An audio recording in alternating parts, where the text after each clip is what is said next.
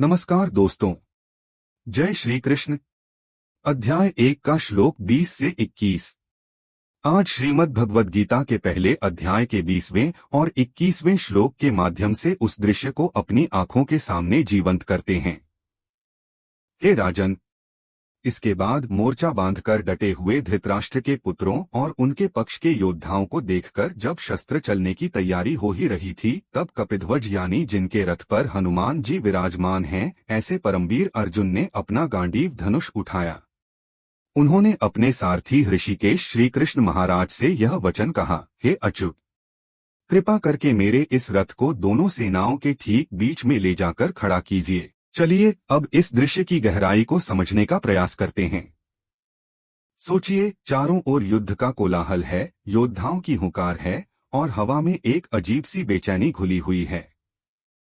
अर्जुन, जिन्हें हम एक महान योद्धा के रूप में जानते हैं, युद्ध के लिए पूरी तरह तैयार हैं। उनके रथ की ध्वजा पर स्वयं हनुमान जी हैं, जो उनकी शक्ति और विजय का प्रतीक हैं। अर्जुन अपना शक्तिशाली गांडीव धनुष उठाते हैं। ये दर्शाता है कि वो युद्ध से पीछे नहीं हट रहे, वो अपने क्षत्रिय धर्म का पालन करने के लिए तत्पर हैं। लेकिन फिर वो कुछ ऐसा करते हैं जो अप्रत्याशित है। वो अपने सारथी भगवान श्री कृष्ण से कहते हैं कि रथ को दोनों सेनाओं के बीच में ले चलें। क्यों? एक योद्धा युद्ध शुरू होने से ठीक पहले शत्रु सेना को इतने करीब से क्यों देखना चाहेगा? यहीं से भगवद गीता का दिव्य ज्ञान प्रारंभ होता है। अर्जुन का यह अनुरोध केवल एक सैनिक की रणनीति नहीं है, बल्कि यह एक मनुष्य के मन में उठने वाले सबसे बड़े द्वंद्व की शुरुआत है। वो देखना चाहते थे कि आखिर कौन कौन है जो उनके विरुद्ध खड़े हैं। कौन है वो लोग जिनसे उन्हें धर्म की स्थापना के लिए युद्ध करना पड़ेगा।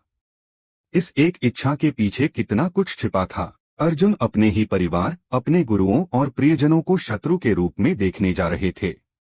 यह कोई साधारण दृश्य नहीं था। यह वो क्षण था जिसने अर्जुन को भीतर तक झकझोर दिया और उन्हें उस महान ज्ञान को प्राप्त करने का पात्र बनाया, जिसे आज हम गीता कहते हैं। भगवान श्री कृष्ण, जो केवल सारथी नहीं बल्कि सर्वज्ञ हैं, अर्जुन के मन की स्थिति को जानते थे।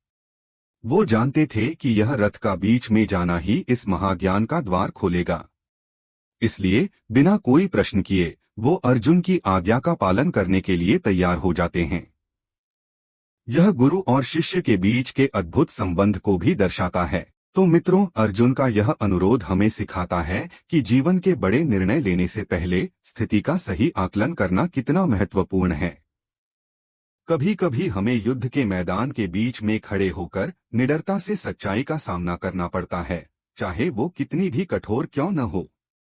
अर्जुन का यह कदम उनके मोह और भ्रम की शुरुआत थी, लेकिन यही शुरुआत उन्हें आत्मज्ञान और कर्मयोग के परम सत्य तक ले गई।